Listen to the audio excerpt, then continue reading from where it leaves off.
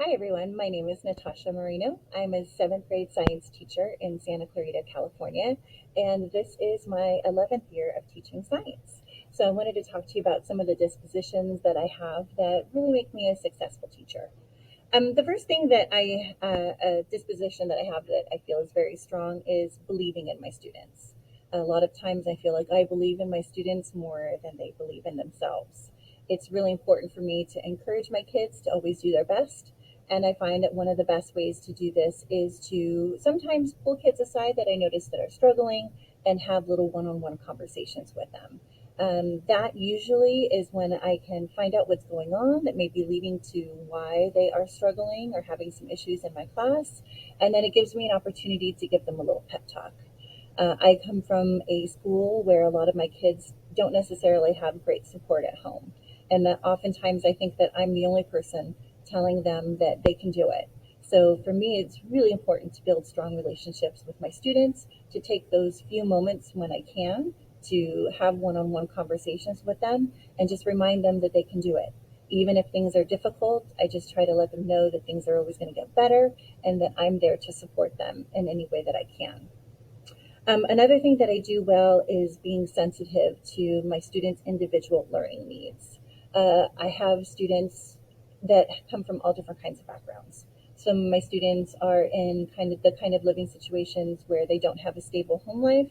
They may be homeless at times. They may be living in a situation where there's multiple family members in under one roof for given reasons, which could lead to them not having a lot of privacy or not having an opportunity to focus and do schoolwork at home. So I really try to be flexible with my kids. And again, this is why I feel like building personal relationships and having those one on one conversations is so important with my kids. That's when I find out what's going on and how I can best support them. So when my students are in a situation where they can't do homework at home, I work with them. I can either shorten assignments, excuse assignments, or find some extra time for them to work with me, maybe during our brunch time or lunchtime or any other time I can get them to try to get them caught up. So being there for my kids and making sure that I am meeting their individual needs is something that I feel like I do pretty strongly. And again, that's all based on those strong relationships that I build with my kids. Another thing I do really well is promoting justice, social justice. I am the academic advisor for our GSA club, which is the Genders and Sexualities Awareness Club. It's very important to me that all of my students, from every ethnic background, every sexuality, every gender, feel welcome and safe in my classroom. So I do a really I put in a lot of effort to make sure that my classroom exhibits that they are welcome here and that I am there to support them and that they can feel safe. Something I feel I could do better is reflection. You can never reflect enough as a teacher. I try to do my best on taking notes when I try new activities and things that go well or don't go well in the day.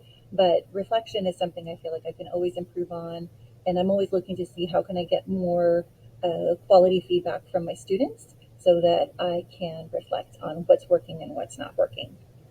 Another thing I feel like I can improve on is involving myself in the community.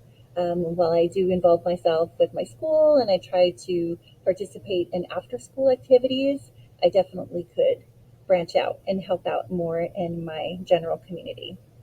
Professional educators need to look like a business professional.